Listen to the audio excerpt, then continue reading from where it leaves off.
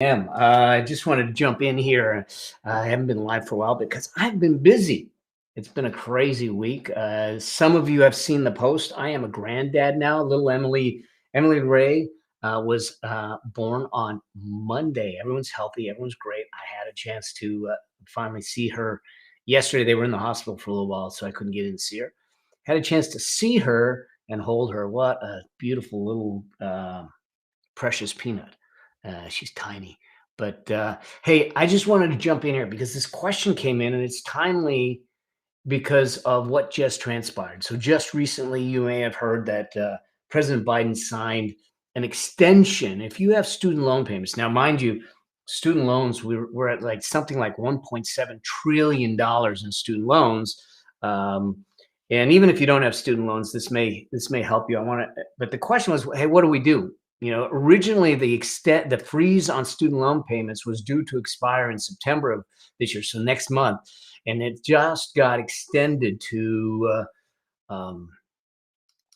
January of 2022, and everything. So, some people have asked, what do I do? Should I make my payments? Should I not make my payments? What happens if they're gonna wipe out up to $50,000? We'll talk a little bit about that, and I do not want to get political on this at all. This is really about your finances. This is really about that. So, if you have questions or anything, let me know. Shoot me a comment. I got us live here on Instagram and on Facebook in the groups. If you're in the groups, make sure that you give permission for Restream to show your name. Let me know you're here, and do that. So, like I said, what happened is that when in March of 2020, President Trump signed in a freeze on having to make student loan payments to give some relief to those people that are being affected by the pandemic, and they had these student loan payments. So we didn't have to make the student loan payments, and it was without penalty and that type of thing. It was due to expire next month, yet now it's got extended to the end of January. They've told us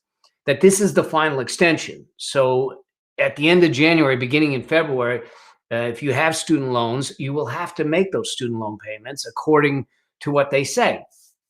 And so the question came in through lines from one of the affluencers in the Affluence Nation and from the Affluent Entrepreneur Group about, well, Mel, what should I do? Should I make the payments? Should I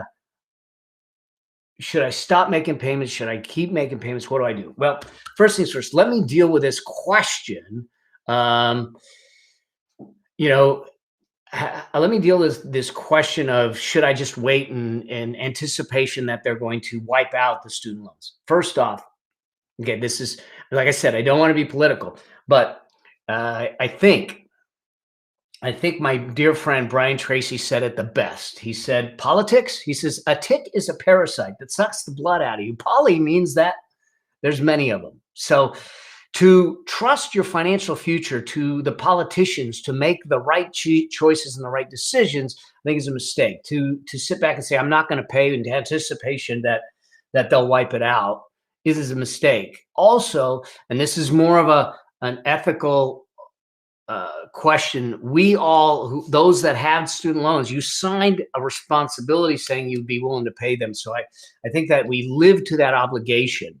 And if they choose to give you the gift of wiping out the loans, then they choose to give you the gift. But I don't think that we anticipate. I think we walk forward in integrity with the responsibilities and the commitments that we made previously, and we live through it. I know that can be painful, but we made the commitment to these loans. And so I think that we stay the course. If they give you the gift of forgiveness, then so be it. But don't plan on it. Don't plan on it in doing that. So, and Jen, great question. My daughter has college loans, is still in college. How will this affect her, if at all? It probably won't affect her, because if she's still in college, she's not in the payment process of the loans at this stage of the game. So there is no freeze that would affect her. So probably won't affect her on this go around, depending when her payments start to kick off. So here's how I would look at this: is that the first things to think about is this. When we've got this reprieve, if you will, for an extra, say, 6 months, now for 4 or 5 months till the end of January. And if you said you were going to have $500 in student loan payments, and now you don't have to make the $500 student loan payments because they've frozen them until January, at the end of January 2022, here's how I would look at this. The first thing to look at, number one is that, and those of you that are on Facebook will be able to see this. Number one is I would protect what matters, and this is what I call the four walls. If you happen to be in a situation where you lost your job, if you happen to be in a situation where there's a decline in income, if you happen to be in a situation where you're struggling to make the payments of those things that are absolute needs, when we look at that, this is your transportation, your healthcare, your food, the roof over your head, the shelter, and your clothing, the things that are necessities of life, then I would take that money that you would normally put towards the loans, and I would use it to survive until you can get yourself on your feet. So the first place I would allocate these payments is to your survival. Now, notice what I said. Let's get really clear what I said. This is about the needs. So this isn't about using student loan payments to pay for your Netflix addiction, okay? Or those things that are luxuries. This is about paying for those things that are needs in your life, the things that are necessities for you to survive. Your healthcare, like I said, your healthcare, your food, your shelter, your clothing, your transportation, that type of thing, until you get on your feet. So you can use this reprieve of loan payments for that first. The second thing is that now this goes back to something that I teach in the Affluence Blueprint. And what is the foundation of some things we talk about is the wealth priority ladder. The wealth priority ladder has 4 phases, has seven stages to it. Now, the first phase of the wealth priority ladder is to make sure that you have some breathing room, some comfort. We call it the comfort fund.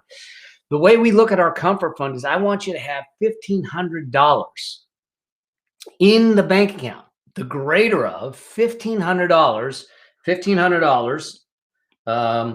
or 1 month's expenses. So it's the greater of $1,500 or 1 month's expenses. Because why do I want this to happen? Because if we can get that in place, if something happens, if there's a hiccup, if there's a challenge or anything like that, I'm not choked and I'm not going into debt to try and survive. I'm actually going into a situation where I have a little bit of money to keep me going. So one of the things that I want to do is take those payments. If I have $500 a month, then I've already got my survival needs. My needs are met. I have this extra $500 that I don't need to make in student loan payments. Then I'm going to take the first 3 months of that. I'm going to put that in to a high yield cash account. So I have a comfort fund, something that I have breathing room to move me forward and make that happen. So I want to have at least $1,500 or 1 month's expenses into a comfort fund. And I would use the frozen loan payments to jumpstart that in the process. There's something else you can do to jumpstart that. And this is one of the things that a lot of my clients do. I say, just look around your house. Just look around your house. If I looked around my house, there's a whole lot of electronics and stuff that I'm not using, that I've tested, I didn't like, this and that. And if I took some of those and put them on sale, sold them on offer up, this and that, I could probably get that $1,500 bucks. Okay, so there's a couple of different ways, but when we talk about the wealth priority ladder, phase 1 is to make sure that you have 1 month's expenses or $1,500 at your disposal in case you need it, if some emergency, something comes up. The statistics show that the majority of people could not sustain themselves if they had a $1,000 unexpected expense. A transmission goes out, something like that happens. We can't live that way. We're living check to check and beyond check to check. It's time that we sit back and say, how do I do this more responsibly? Now, I'm not saying that this is easy, but it is simple. It's not easy because we have to start being a little more disciplined with the money. So if I have those student loan payments, I don't have to make them, and I don't have a comfort fund of at least 1 month's expenses or $1,500, then we're going to make that student loan payment to a high yield cash account that's insured, that's fully liquid, no fees, to accumulate at least the $1,500 or 1 month's expenses. Now, so that's number 2 that I would do. Number 3, if I already have a comfort fund, we move to phase 2 of the wealth priority ladder. And phase 2 of the wealth priority ladder focuses on 2 things. And that is, the first is to get yourself out of destructive consumer debt. And the second is to get you into a situation where instead of just having a comfort fund, you have a peace of mind fund. Now, the peace of mind fund is a bigger game. I want 9 to 18 months worth of expenses in the bank account. 9 to 18 months. Now, some people say, oh my gosh, all we need is 3 to 6 months. Well, I think the pandemic showed that 3 to 6 months isn't enough. I've been talking for years, and I've worked with my clients for years, and the Affluence Blueprint for years with people, and said 9 to 18 months, especially if you're an entrepreneur. I want 9 to 18 months. Here's why. The first 3 months, you're freaked out. Let's face it, when we got shut down, there was a lot of people freaked out. The second 3 months, you're finally getting on your feet, and you're starting to analyze and say, what do I do? What do I do? What do I do? And it's only in the third 3 months that you start to take action. And so you're 9 months in before you start to really take action, unless you have a prior plan, survival plan in place. And so this is why I say 9 to 18 months. So if you have a comfort fund already, if your necessities are already taken care of, and now you have this reprieve, this freeze on the student loan payments, I want to take those student loan payments and I want to start paying down consumer debt and building my peace of mind fund. So I would take that $500 and I'd either put it all against the consumer debt, or I would split it and put half of it to consumer debt and half to start building the peace of mind fund. The peace of mind fund goes again into a high yield cash account to cover you, so it's liquid and it's not exposed to the equity markets or the stock market or the volatility there. So that's how I would play this out. Then lastly, if your survival is taken care of, if you have a comfort fund in place, $1,500 or greater than 1 month's expenses, if you have no consumer debt and you have your peace of mind fund in place, then what I would do is I would take those payments and just accumulate it into an account. So when and if the payments start again, you actually have a lump sum that you can go and start paying your student loan payments back. Now, if they decide that they're going to forgive it, then great.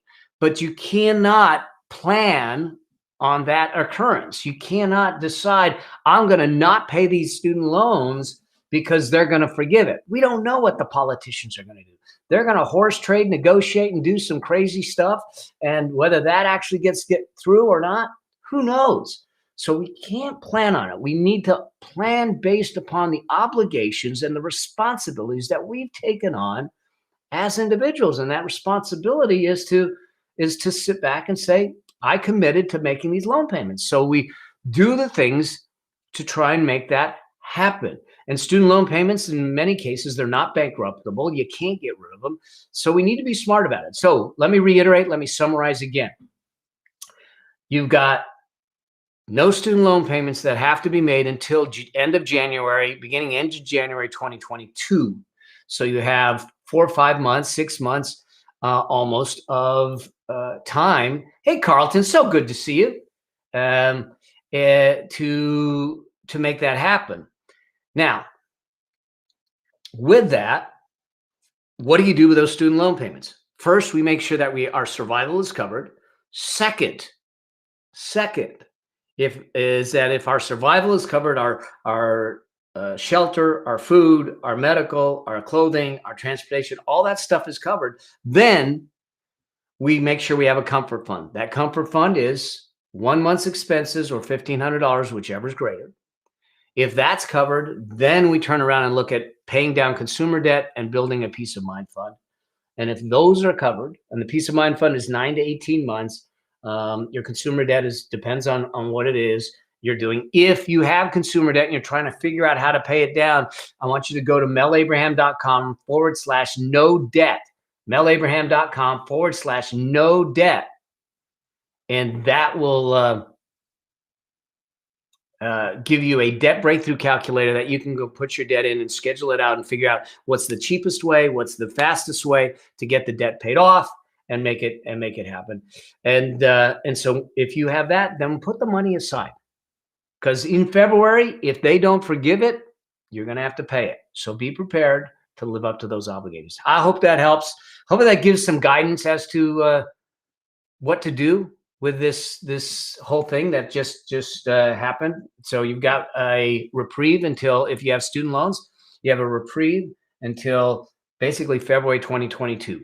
At the end of January 2022, then this freeze goes away. They say it's the final freeze. Who knows? We'll see.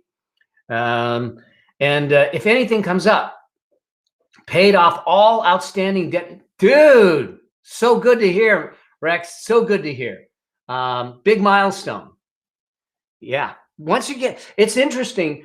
I'd be real curious to hear, Rex, what it felt like to know that that debt is off your shoulders, the weight of the debt. Because what we don't think about is the psychological impact, the burden, the tension that's created by having debt. When we have no debt, when we have no debt, we feel freer. We don't feel the burden. If there's a hiccup in income, if there's a challenge in anything, we don't have this burden on us that says, well, I got to make the house payment. I got to make this. I got to make the car payment. Otherwise I'm going to lose the house. I'm going to lose the car, all those things.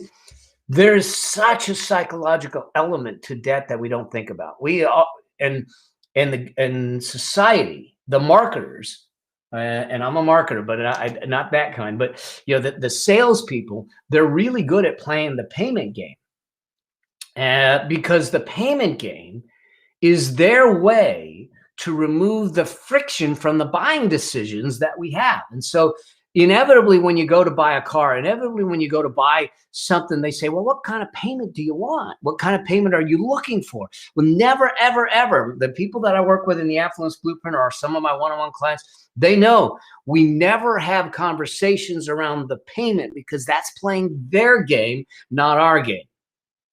We have a conversation. We have a conversation around the value exchange that's going to happen. And we negotiate to that, and how you finance it becomes a personal choice of yours. But we don't give them the tool. We don't give them the leverage to play the payment game on our part. And they love to do that. It started with layaways and credit cards and all that stuff. Is what they're doing. Understand the psychology behind it. Is they're removing the friction from your buying decision, because I can afford that payment. But when you stack payment on payment on payment, all of a sudden that payment keeps coming due, keeps coming due, keeps coming due. It becomes an issue. Yeah, exactly. Rex says he feels amazing, and now he's living in financial freedom. Exactly. Completely what I call financially liberated. To feel that burden off your shoulders, to be completely financially liberated, to make things and make decisions effectively now at the speed of cash. So too often when we play the payment game, we overbuy. We overextend ourselves and we don't realize it. Even if you say, well, now I pay my credit cards off every single month. Statistics show that because of the lack of friction in the buying decision, statistics show when you use a credit card, even when you pay it off every month, you will overspend by about 30%. 30%. Now, I do that, not overspending 30%, although some people might say I do. But I pay my credit card. I still use credit cards, but I pay them off every month. Here's the thing that I do, because I don't want to get caught in an emotional decision to buy something. I will give myself space. I'll put something in the cart and I'll leave it for a day or 2 days. And if I still want it, then I'll go ahead and complete the purchase. Otherwise, I won't. I will I will look at it and then I'll ask the question, is this something that I want now? How am I going to feel about this purchase decision? Really, how am I going to feel about this purchase decision in a year, in 3 years, or 5 years? And so if it's not going to continue to provide some value to me, and a lot of times I will scrutinize the purchase decision. So even if you pay your credit cards off every single month, what I would invite you to do is to be critical about the buying decision and do it that way. Okay. This is I love hearing this, Rex. Rex, you and I are going to have to chat. In fact, I'd love to have a conversation with you. We'll talk offline, and maybe I bring you on the show and we'll do an interview and talk about this journey, this piece of what you did. Because now he's saying, I'm committed to make all purchases from existing cash already in my account. Here's the beautiful thing, as entrepreneurs especially. If you know that you want to make a purchase, you can plan for the purchase. You can build revenue for the purchase. You can bring profits and say, I'm going to plan for it. Then I go make the purchase with cash. Imagine that. No payments, free and clear. Okay, you're done. I tend to try and avoid payments of all kinds. I have one payment. It's a relatively low amount of debt on the house. That's it. We could pay it off, but I have chosen not to right now, and everything. But I don't like monthly bills. I don't like monthly payments. I'll pay things in advance. I want it done. I want to walk freely through my days financially, and that's what I want for you. All right. So I just wanted to jump in here, talk about the student loan freeze. Hopefully that helps. If you have questions, if things are coming up, just like y'all are, like this question came up, post it in the Affluent Entrepreneur group. Tag me in it. Send me a DM.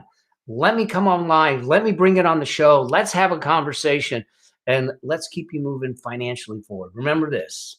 I truly believe that financial independence is a birthright. We just need to understand how to claim it.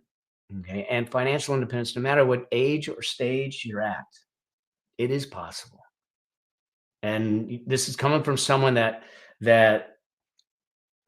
did a lot of the things that you shouldn't. Most of my lessons were learned in the streets. I lost money in bad investments. I got caught in a Ponzi scheme. I ran up credit cards. I overbought and bought stuff that I shouldn't have bought, and I had to get myself out of it.